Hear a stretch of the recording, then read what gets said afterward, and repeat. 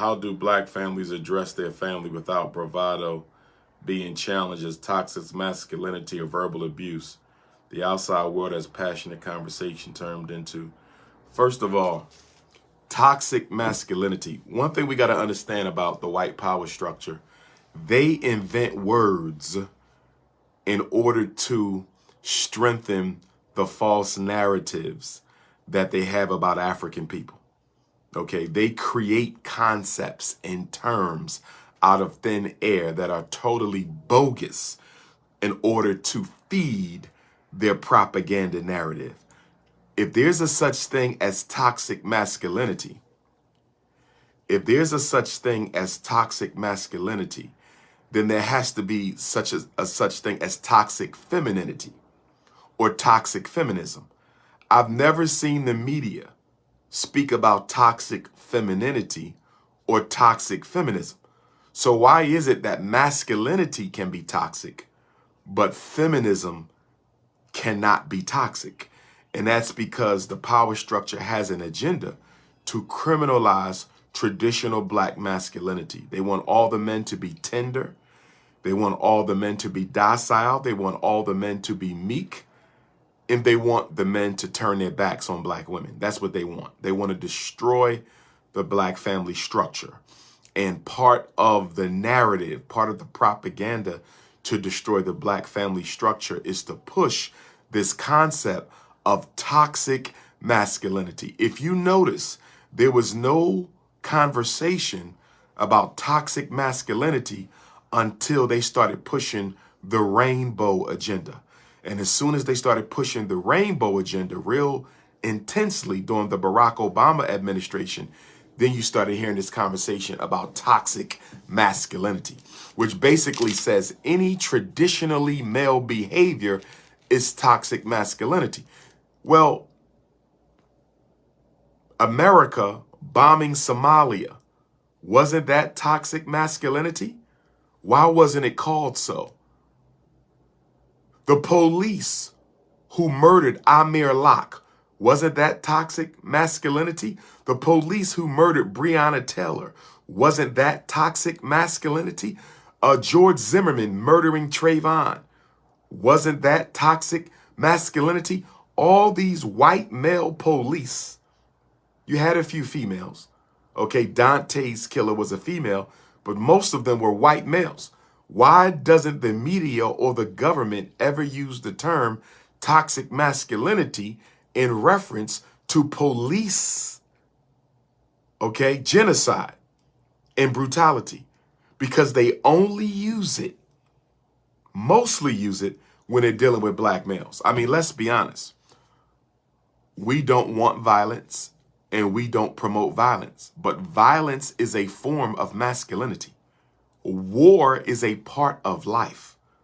War is a part of existence. People have gone to war since the beginning of time. We don't like war, but war becomes necessary when you have to defend your family. War becomes necessary when you have to protect your wife. War becomes necessary when you have to defend your community. Okay? War is not toxic masculinity. War is a man's responsibility to defend his community and his family when necessary. So it amazes me that we have all this dysfunctional European male behavior in this society, and it's never characterized as toxic masculinity. We have all this dysfunctional, unhealthy European male behavior, and it's never called toxic masculinity. Good question, Brother Darryl. Toxic masculinity is a joke. White fragility is a joke. White guilt is a joke. Reverse racism is a joke. All these are fake words, fake concepts. Reverse racism. No such thing as reverse racism. There's no such thing as reverse racism. There's no such thing as white fragility. There's no such thing as white guilt. There's no such thing as toxic masculinity. Okay? My name is Elisa from St. Louis, Missouri. I have 4 young boys who don't want to read books on our people. 9, 8, 11, and 13 who used to live in the home with their dad. Their dad didn't and still doesn't do anything with them. They needed good insight from a positive black man. Please help.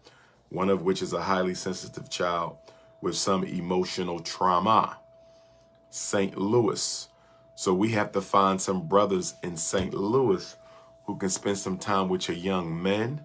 If you text me this afternoon, Sister Elisa, I'll reach out to some of my St. Louis contacts to see if there's any programs going on for young black men. One place you should check with, Sister Elisa, is Better Family Life. I want you to check with Better Family Life to see what programs they have. But you can also text me this afternoon and I'll do a little hunting for you as well. Okay. What's with the hate of members of the rainbow community? You're a very intelligent man. I like to debate you on your views. I support and believe in your mission, but you need us rainbow folk as well. How do you move forward with leaving some of your people behind? From McHenry, Illinois. Well, this is a Black Parent Teleconference, so I don't want to get involved in the politics of the rainbow agenda. I would only say to you, my brother, that despite your orientation towards life, I still respect you and love you as a black man, although I disagree with your lifestyle. And I disagree with your lifestyle because it is a serious risk factor to the survival of the traditional black family, and that your lifestyle has been exploited by the FBI, the CIA, the American white power structure, and the global white power structure to bring about the dissolution of the traditional black family, okay, and the genocide of African people. So although you're not personally responsible for that, the government has seized upon your lifestyle and is using it as a weapon of population control for African people. There is no hate. Your question mentioned the word hate. Now, if you can prove to me that I've ever taught or preached hate against members of your community, I would like to see the evidence, sir. Okay? If I've ever taught people to hate you, I owe you an apology. But I can promise you, you will find no evidence of me ever teaching hate. I have more videos on YouTube than any scholar alive. So you can look at those YouTube videos when I discuss your topic in particular. And if you can find a single statement out of my mouth that advocates hate to members of your community, I would like to know what that is. Hello? Yes, sir, my brother. Where you calling from? Yeah, I think we should suck a white nigga dick. I said suck a white nigga. That was a you're a Negropean, brothers and sisters. Let me block his number. He called last week too. Let me block him.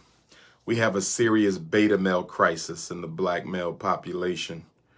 We have a serious beta male crisis in the black male population. My friend just got with a white man. He's treating her like absolute garbage, forces her to have race play. What should I do? I'm not even going to respond to that goofy stuff.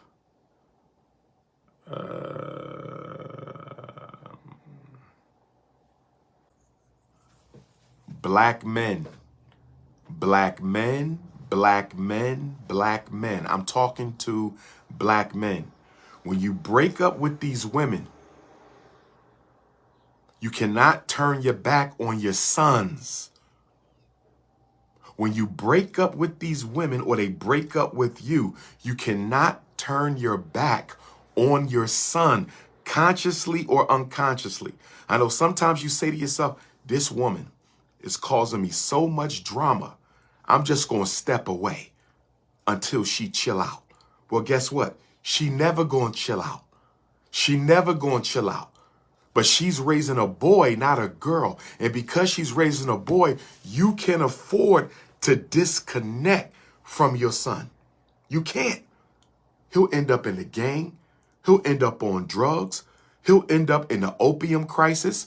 He'll get recruited by the rainbow community. Listen, black men, no excuses. You cannot abandon your son physically or emotionally. And you black women with sons, stop making it hard. You black women, stop using your son as a weapon against his father, because it's going to come back to bite you in the ass. I'm going to say it again. Black women, stop using your son as a weapon against his father, because it's going to come back to bite you in the ass. We have to stop this. Nobody's perfect, and nobody can fault you for not staying together. Nobody's perfect. Nobody can fault you guys for no longer being under the same roof. But we can hold you accountable for not working together for that child's best interests. Cut it out. We are helping them destroy our children. What's your question, good brother? I feel like, I've been watching you for a very long time, and everything you say about special ed, the educational system, mental health, when it comes to black youth, black men, I feel like I'm a victim of it. I got an 11-year-old son, and it's like a repetitive thing. Like, it's generational, though, because my mom and my dad really wasn't, effective in my life. I was raised by my grandparents, and my son's mom and grandmother are, very combative with me when it comes to me trying to be a dad, knowing that my dad wasn't in my life. You feel me? So my grandparents took the advice of the educational system and put me on meds and put me in special ed and do all this other stuff, have me in programs, treatments, and it really didn't do nothing for me. So when I turned 18, I signed out the program. So basically my thing right now is I'm just calling because I need advice. I really don't want to sign my rights over for my son, but I tried to be the best dad that I know that I could be at the moment. I need advice, as a black man, question. I got a question for you. And I hate family court. I hate it with a passion, because there's nothing worse than black people going right back to the white folks after slavery and asking them to settle disputes between a black man and a black woman over a black child. Family court is nothing but a form of slavery. Now, with that being said, though, if you cannot come to an amicable agreement with your son's mother and grandmother, you may have to put a petition into family court, my brother, so you get shared legal custody.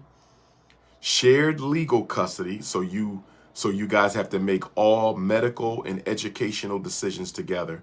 Shared legal, that's one. And number two, shared physical custody, to make sure you get to see your son as often as you would like to. Because if it's not working with her, I did that part custody. So you really, get to see him. Okay, do you get time with him? Nah, my baby mother stops that. She gets me locked up and gets all types of reports and stuff on me that's nonsense. But don't come to court. Stops me from reaching my goals. Like I was saying, in 2012, I was going to school to be an EMT, and I went to court just for visitation rights, and they said they needed child support, and she agreed to it. Okay, so you paying your child support, right? So, and at that time, I wasn't financially stable. I was going to school to be an EMT, so I would have got a certification to finish my EMT courses, and then I'll get a job with that. Right. So here's what I'm not understanding, my brother. If she don't let you see your child, first of all, do you have a designated time on paper from the court for when you're supposed to get your child, or do you only have visitation where you go to her house to see? I have nothing, Dr. Umar, and all they're asking me for, they're sending mail to my house for child support. And I've been trying to communicate with family members of hers, and it's just like, it's draining. Okay. And I'm not a messed up individual because, like I said, I've been through it. So I don't want to do it to my own kid, but it's like, I don't want to go to the court system. I've been through the whole system. Like, I'm a But here's the thing, my brother. Listen to me. You're already in the system because she got you in for child support. So you're already in the system. You need to go and petition the court for partial custody of your son. You feel me? You're going to have to do that, my brother. Stop trying to make a way with her if she's not trying to make a way with you. I mean, I think we should try to work with the mothers of our children. But if she's made up her mind to be disagreeable with you, if she's made up her mind to be disagreeable with you, then you have to accept what is in front of you. Hopefully she'll change as she gets older. You have to accept what's in front of you, go to court, and put in a petition for partial physical custody and shared legal custody. Stop playing around with this, and I'm going to tell you why. Your son is 11. If the schools tries to special educate him, if they try to medicate him, you don't have any say-so in what his mother decides to let the school do with your son educationally or medically. You need shared legal right now because he's at that age where they're going to start criminalizing him, possibly. Hopefully they never do, but it's likely. And you need to be able to show up at that school with a copy of the judge's order of shared educational and medical decisions, legal custody, and give a copy to the school and tell them y'all can't make decisions without both of us being present. And I want to know about every meeting that's held about my son. You got to get that because it sounds like, you know, what a lot of black women do. I went through it myself, my brother. I went through it myself. Okay, well, my daughter's mother did the same thing. They try to keep you out of the child's life for whatever reason. In my case, she wanted to get married. I didn't marry her, so she kept me out of my child's life. It's what they do. And I had legal shared custody on paper, but the courts didn't reinforce it. They never punished her when she didn't produce the child, you see. So I understand that you can get shared legal custody and they still not guarantee you time with your child. But you still need to have it on paper to prove you fought for your child, because your child is going to one day ask you, did you fight for me? And you need to pull out the paper. Can I speak on that? I'm sorry to cut you off. But I'm not done. Hold on. But the other thing, too, is you need that shared legal, my brother. So if the school starts trying to screw your son over, you can stop them from making decisions without you being present. You just can't keep sitting letting the clock tick because he's a black boy. You understand? So we got to make sure you have legal say-so over the decisions made for him. Continue. All right. So, like I said, my parents, it's like a repetitive thing for me to see and go through because my parents did the same thing. Like my mom raised me telling me that my dad wasn't a good man and whatever the case may be. So, and that's why you can't disappear. And that's exactly why. She basically put a perception in my mind that, you know, my dad wasn't the guy of my life, or whatever the case may be. And as I got older and I lived with my mom and I started to see the things that she did and how she lived life, and I realized that my dad just took a way out.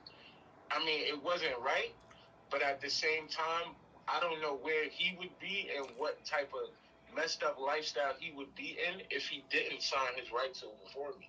So that's why I'm saying, like, I don't want to be. Do not sign your rights away to your son, brother. He will hate you. And as a man, you can't do that. All you have to do is go to court and fight for your son. Even if, because don't get me wrong, brother, you can get. I hated my dad. That's what I'm saying. I hated my dad until I had a conversation with him. And his conversation was more of it wasn't about fighting a court system. It was about fighting a court system and a whole family. I understand that, but you keep. You know what I mean? Like, right, but. At the end of the day, I mean, yeah. Let me ask you a question. Well, first of all, you just gave every reason why you must fight for your son. But what I'm telling you, as someone who deals with black boys on a regular basis, and I'm hearing you, brother, and I'm sorry you got to go through that. I'm sorry you got to go through that. But this is why we as black men have to make better decisions with the women we choose to get involved in. Because there's a lot of women out here, they are abused, they've been wounded, they have not been healed. They're looking for men to solve all their problems for them. They want no responsibility for their unhappiness. And if you do not show up like a knight in shining armor, offering them a solution for all their problems, they will try to destroy you for not solving their emotional wounds.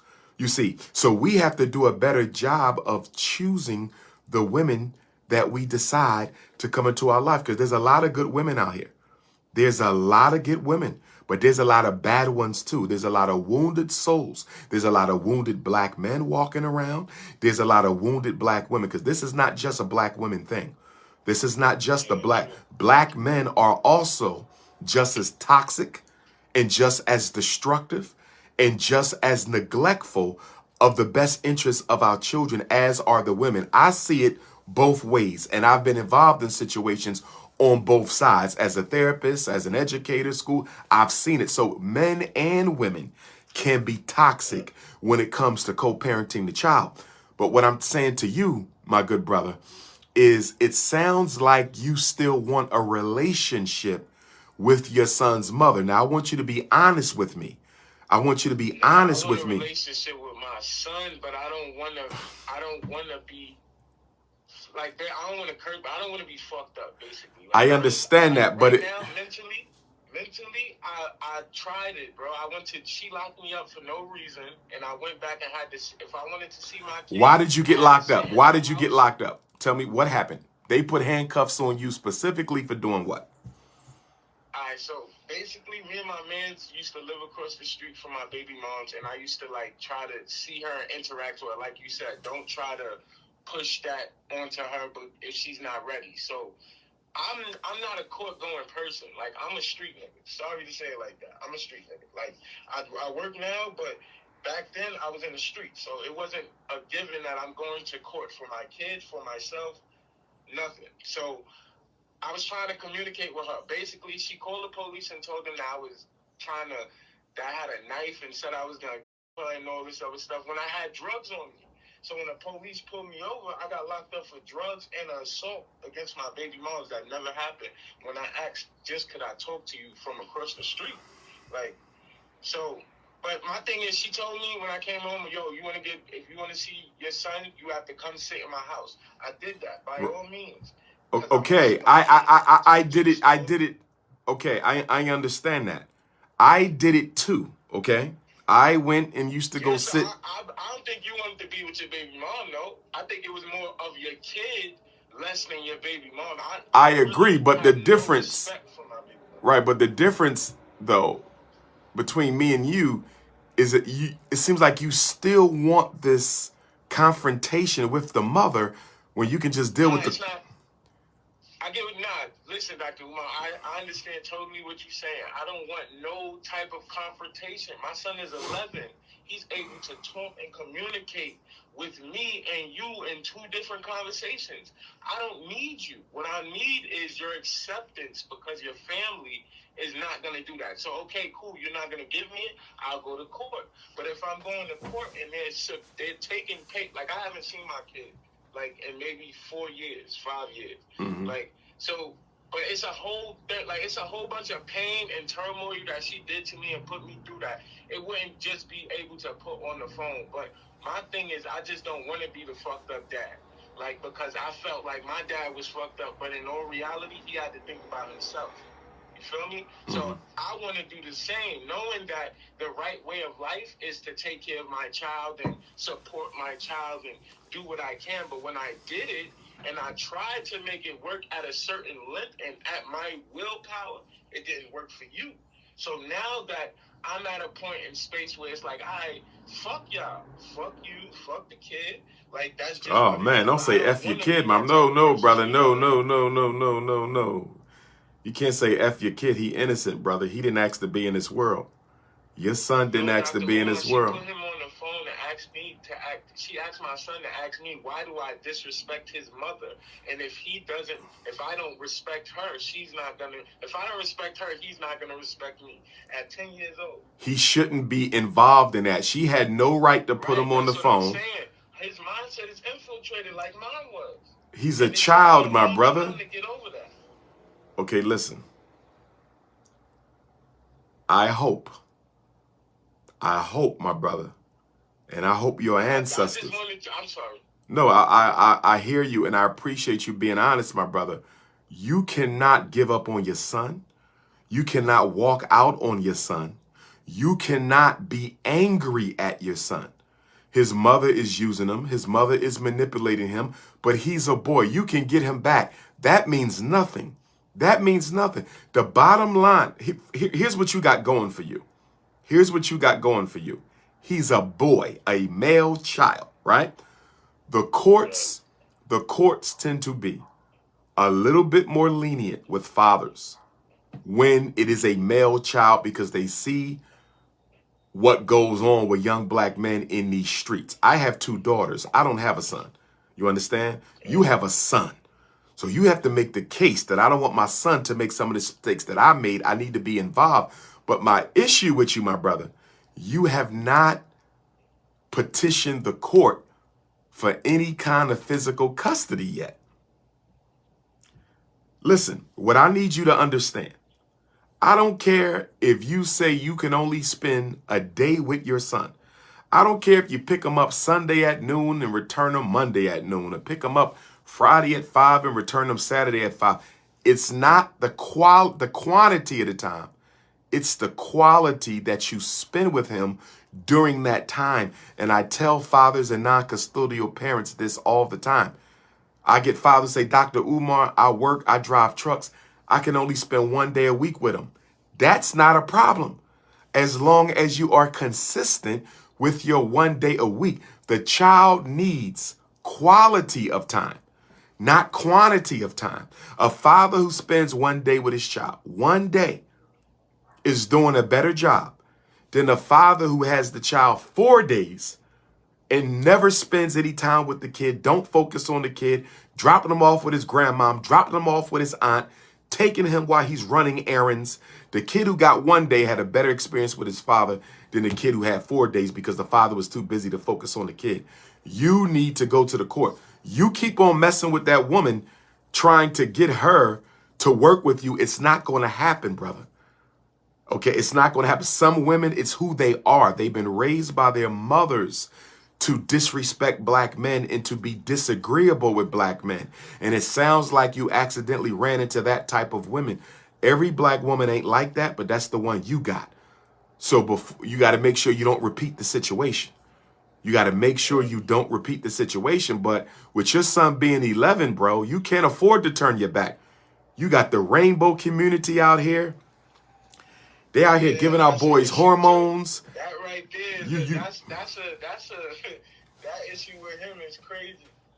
So you need to go to court, my brother.